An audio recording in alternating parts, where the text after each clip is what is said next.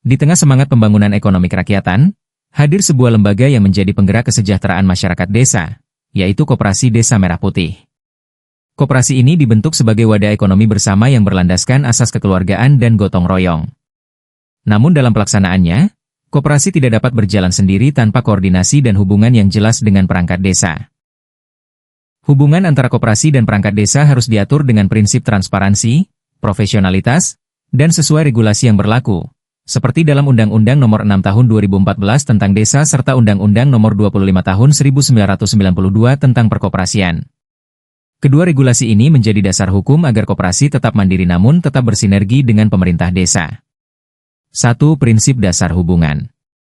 Hubungan koperasi dengan perangkat desa bukan hubungan atasan dan bawahan, melainkan kemitraan. Perangkat desa tidak boleh mengintervensi secara langsung pengelolaan koperasi, karena koperasi adalah badan usaha milik anggota.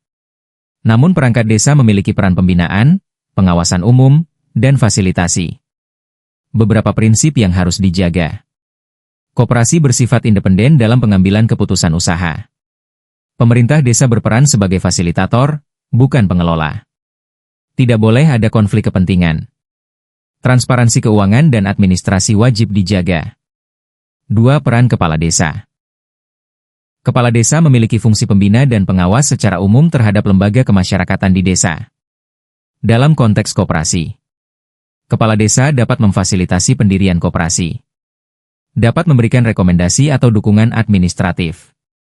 Dapat membantu akses permodalan melalui program desa. Tidak boleh secara sepihak mengangkat atau memberhentikan pengurus koperasi tanpa mekanisme rapat anggota. Kepala desa juga tidak diperkenankan menggunakan koperasi sebagai alat politik atau kepentingan pribadi.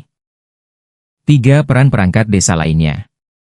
Perangkat desa seperti sekretaris desa atau kaur keuangan dapat membantu dalam aspek administrasi, misalnya penyediaan data potensi desa, sinkronisasi program koperasi dengan RPJMdes, kolaborasi dalam program pemberdayaan masyarakat. Namun mereka tidak boleh mencampuri pembukuan koperasi kecuali ada kerja sama resmi yang dituangkan dalam perjanjian tertulis. 4. Batasan yang harus dijaga. Agar hubungan tetap sehat, terdapat beberapa aturan yang perlu ditegaskan.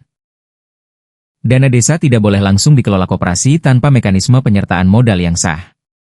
Pengurus koperasi tidak boleh merangkap jabatan strategis di pemerintahan desa jika berpotensi menimbulkan konflik kepentingan.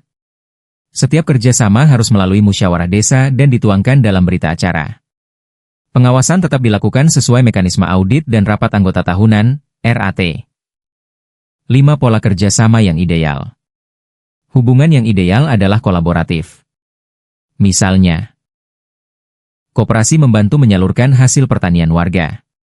Pemerintah desa mendukung melalui pelatihan UMKM. Program ketahanan pangan desa disinergikan dengan koperasi. Penyertaan modal desa dilakukan secara sah dan transparan. Dalam pola ini, koperasi menjadi motor ekonomi, sedangkan perangkat desa menjadi pendukung kebijakan dan regulator lokal. 6. Nilai yang harus dijunjung. Hubungan antara Koperasi Desa Merah Putih dan perangkat desa harus berlandaskan akuntabilitas, profesionalitas, gotong royong, kepatuhan hukum, keadilan bagi seluruh anggota. Jika aturan ini dijalankan dengan baik, maka koperasi akan tumbuh kuat tanpa kehilangan independensinya, dan pemerintah desa tetap menjalankan fungsi pembinaan tanpa menyalahgunakan kewenangan. Pada akhirnya, Koperasi Desa Merah Putih bukan sekadar lembaga ekonomi, tetapi simbol kemandirian desa. Sementara perangkat desa adalah penjaga tata kelola pemerintahan yang baik. Ketika keduanya berjalan seiring dalam aturan yang jelas dan transparan, maka kesejahteraan masyarakat desa akan semakin nyata dan berkelanjutan. Sekian informasi yang disampaikan, pantau akun ini agar bisa mendapatkan informasi penting lainnya. Terima kasih.